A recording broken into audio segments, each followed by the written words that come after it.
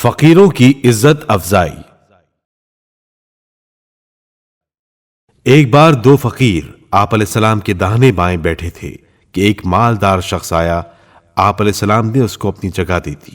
وہ دولت کے نشے میں چور تھا۔ اسے فقیروں کے پہلو میں بیٹھنا ناگوار ہوا اور امام علیہ السلام سے شکایت کرنے لگا۔ آپ علیہ السلام نے اس مالدار شخص سے فرمایا، اے شخص، انہیں حقیر نہ سمجھ، یہ خدا کی درگاہ کے امیر اور اس کے لشکر کے سردار ہیں۔ اگر عمرہ ان کے سامنے ادب سے بیٹھیں تو کوئی تعجب نہیں۔ ایسا ہی واقعہ حضرت رسول خدا صلی اللہ علیہ وآلہ وسلم کے زمانے میں بھی پیش آیا تھا کہ ایک مالدار شخص آپ صلی اللہ علیہ وآلہ وسلم کی محفل میں آیا۔ آپ صلی اللہ علیہ وآلہ وسلم نے اس کو جگہ دے دی۔ اتنے میں ایک مفلس آدمی بھی میلے کچیلے کپڑے پہنے اس کے پاس آ کر بیٹھ گیا۔ مالدار نے اپنے کپڑے کھینچ لیے۔ حضرت رسول خدا صلی اللہ علیہ وآلہ وسلم کو یہ دیکھ کر جلال آ گیا۔ فرمایا، اے شخص، کیا تجھ کو یہ خوف ہوا کہ اس کی تنگ دستی تجھے لگ جائے گی؟ عرض کیا، نہیں۔ فرمایا، پھر کیوں تو نے اپنا دامن کھینچا؟ اس نے شرمندہ ہو کر کہا، شیطانی غلبے کے سوا اور کیا کہوں؟ پھر کہنے لگا، میں اس گناہ کی تلافی یوں کرتا ہوں کہ اپنا نصف مال اس شخص کو دیتا ہوں۔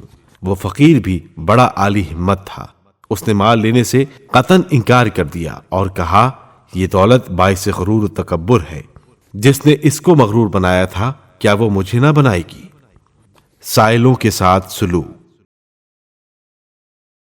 بہار الانوار میں ہے کہ ایک مرتبہ امام جعفر صادق علیہ السلام منی میں انگور تناول فرما رہے تھے کہ ایک سائل آیا۔ آپ علیہ السلام نے انگور کا ایک خوشہ اسے عنایت فرمایا۔ اس بدبخت نے کہا، مجھے اس کی ضرورت نہیں، میں تو نقد چاہتا ہوں۔ آپ علیہ السلام نے خوشہ انگور واپس لے لیا۔ اسی وقت ایک سائل اور آ گیا۔ آپ علیہ السلام نے اس خوشے میں سے صرف 3 دانے اسے دے دیے۔ اس نے پھر بھی خدا کا شکر ادا کیا۔ آپ علیہ السلام نے 30 درہم بھی اسے دیے۔ وہ پھر خدا کا شکر بجا لایا۔ آپ علیہ السلام نے اس مرتبہ اپنا لباس اسے دے دیا۔ اب اس نے کہا، جزاک اللہ۔ راوی کہتا ہے، اگر وہ پھر شکر خدا بجا لاتا اور آپ کو دعا نہ دیتا تو آپ علیہ السلام اسے کچھ اور بھی عطا فرماتے۔ ایک بار ایک فقیر نے آپ علیہ السلام سے آ کر سوال کیا۔ غلام سے فرمایا، 400 درہم جو تیرے پاس ہیں اسے دے دے۔ وہ سائل شکر ادا کرتا ہوا چلا گیا۔ آپ علیہ السلام نے فرمایا کہ اسے واپس بلا لے۔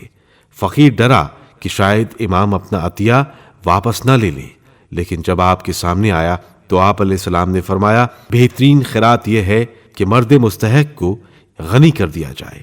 جو کچھ تجھے دیا گیا میرے خیال میں کم ہے، لہٰذا میں یہ انگوٹھی تجھے اور دیتا ہوں۔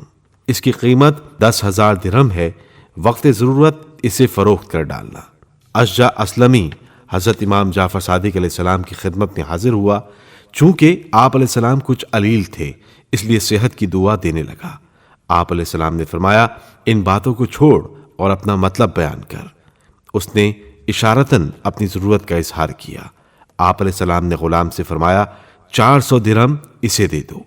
اس نے عرض کیا، میں اکثر سفر میں رہتا ہوں اور اکثر اوقات خوفناک مقامات سے گزرنا پڑتا ہے، بس کوئی دعا مجھے ایسی تعلیم فرمائیے کہ میں تمام آفات سے محفوظ رہوں۔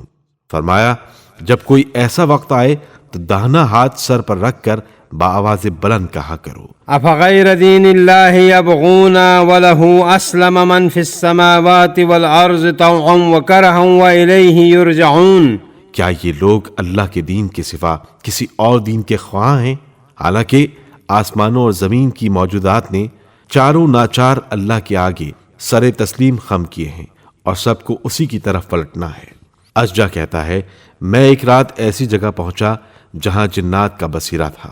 ایک آواز میرے کان میں آئی کہ اس کو پکڑ لو۔ میں نے فوراً آیہ شریفہ کی تلاوت کی۔ فوراً دوسری آواز آئی، اس کو کیوں کر پکڑیں؟ غرض اس آیت نے مجھے جنوں کے شر سے بچا لیا۔